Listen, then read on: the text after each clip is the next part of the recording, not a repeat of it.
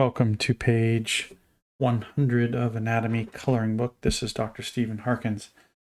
The blood and blood elements. What is the blood made of? Well, if you were to take, and this is what they did, blood, put it in a vial and put it in a centrifuge and spin it around. So take this test tube full of blood and spin it. It's full of blood around and around and around. The elements of the blood would begin to separate into parts because of the centrifugal forces.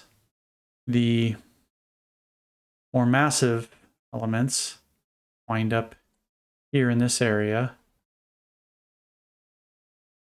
and the less massive elements wind up over here. And so that's what's being described here.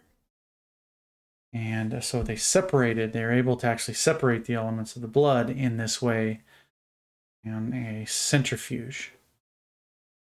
So it spins around and around and around and around and around and around. And there's a separation of the parts of the blood. And so what they find is that 45% of the blood is the formed elements. These are cells. Your blood cells. Okay. 55% is what is called plasma. That's the fluid of the blood. So it's almost half and half, almost half cells and half fluid. So 55% plasma and 45% is the formed elements of the blood. Basically, essentially meaning blood cells. Cells and platelets called thrombocytes. Then when you take the blood, the formed elements of the blood, the cells, minus the plasma, you take this 45%, and you find that 99% of the formed elements is red blood cells, or also known as erythrocytes.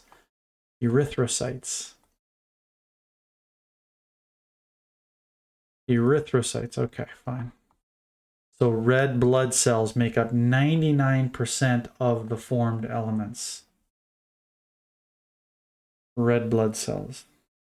Red blood cells are these, also known as erythrocytes, are these biconcave cells that come from the bone marrow. They're created in the bone marrow. And when they leave the bone marrow and mature, they actually lose their nucleus. They don't have a nucleus anymore. But they are, and this is what is meant by biconcave. It's concave on one side, concave on the other. And this is a side view of a red blood cell. It looks like a bone. But it comes from the marrow of the bone. And like I said, it loses its nucleus and winds up being completely filled with a protein called hemoglobin. And hemoglobin contains iron. So they're biconcave. And it's basically a sac of hemoglobin. Hemoglobin is a protein that contains iron, and oxygen binds to the iron, which gives it a red color. So the formed elements is mostly 99% erythrocytes, or red blood cells. These guys, these biconcave cells without nuclei that are filled with hemoglobin that carries oxygen, and that's why the color is red. The remaining portion here, the 1% left over, approximately 1% right here, is made up of a different kind of cells, not red blood cells, not erythrocytes, but thrombocytes and leukocytes. Thrombocytes and leukocytes. Thrombocytes are also known as platelets. And let's make thrombocytes orange, or I will. You can make them whatever color you want. Thrombocytes are also known as platelets, and what they do is they are small bits of cytoplasm from giant cells of the bone marrow. So they come from the same place as erythrocytes, but they're just bits of the cytoplasm, and what they do is they help with hemorrhaging. When there is a cut or a bleeding anywhere in the body, the blood has to clot to stop the bleeding. And what happens is platelets will go to the area and they will release something called thromboplastin, which will help with clotting of the blood. Clotting is also known as coagulation.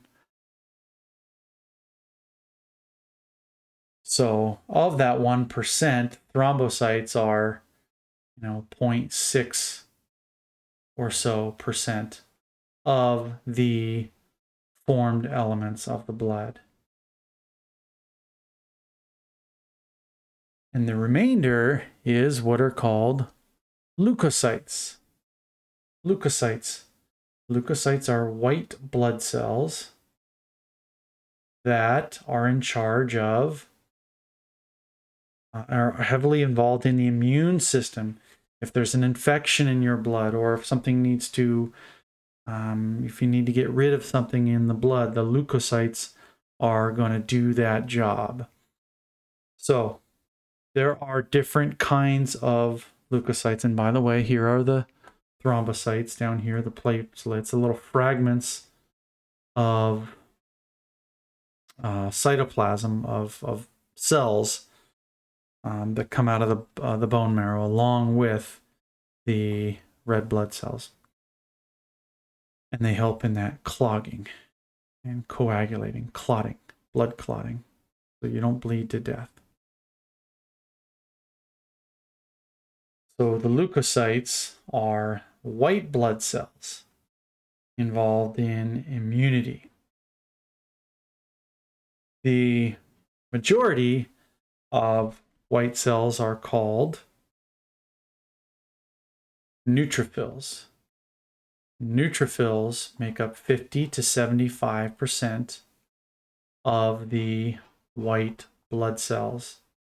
These white blood cells involved in immunity. So here we have the white blood cells.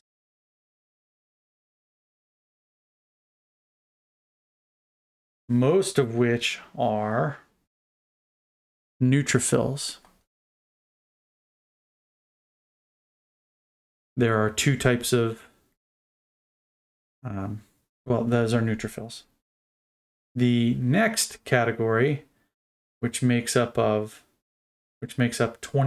to 45% of the white blood cells, are called lymphocytes. Lymphocytes. The next category is called monocytes. They make up 3 to 8% of the white blood cells in the blood. Then we have eosinophils. Eosinophils make up 2 to 4% of the white blood cells. And then basophils. Basophils make up only 0.5 to 1% of the white blood cells. Basophils here. Eosinophils.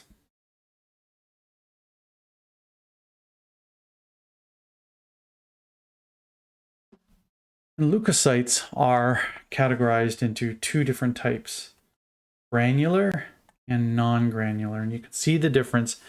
It's when they try to look at these, or when they do look at these cells under a microscope, they have to stain them to make them become visible. And when they are stained, these granular leukocytes show these sort of specks or dots or granules throughout, and the non-granular do not. So the neutrophil, it comes from the bone marrow as well, just like the red blood cells and the thrombocytes. And their job is to destroy microorganisms, little bugs like bacteria and viruses and things, and to clean up cellular debris. If there's a destruction of cells during an infection or some sort of process, or any cell that's been destroyed or died, these neutrophils will clean them up as well as microorganisms. Eosinophils also are what are called phagocytic, meaning they gobble up, they go around eating up and taking in, in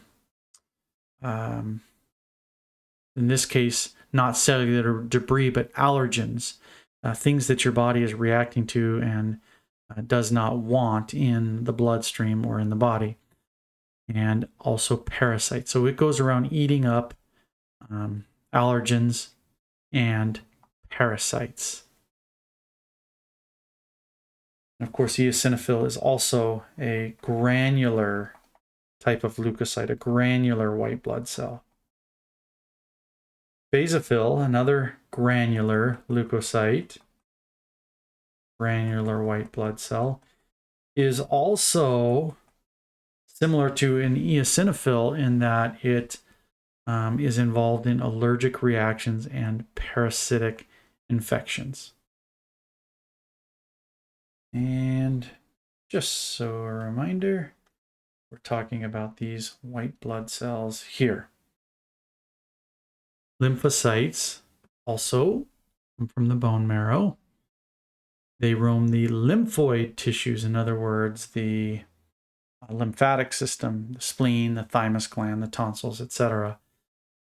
And they are involved with immunity, and they are also going to destroy invaders.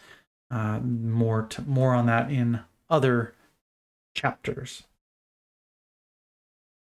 Monocytes, another type of non-granular leukocyte, a white blood cell, WBC. Also coming from the bone marrow, maturing in the blood, they leave the circulation and enter the extracellular fluid as macrophages. Macrophages also go and eat up and gobble up and destroy all kinds of invaders that are unwanted in the body. When it says they leave the circulation to enter the extracellular spaces, we're going to learn about that. But there are capillaries in the body, and these cells are able to leave the blood system to go into the space outside the blood vessels, and they can go out here and start attacking viruses and bacteria and unwanted foreign invaders. And that represents the end of page 100, Anatomy Coloring Book. This is Dr. Stephen Harkins.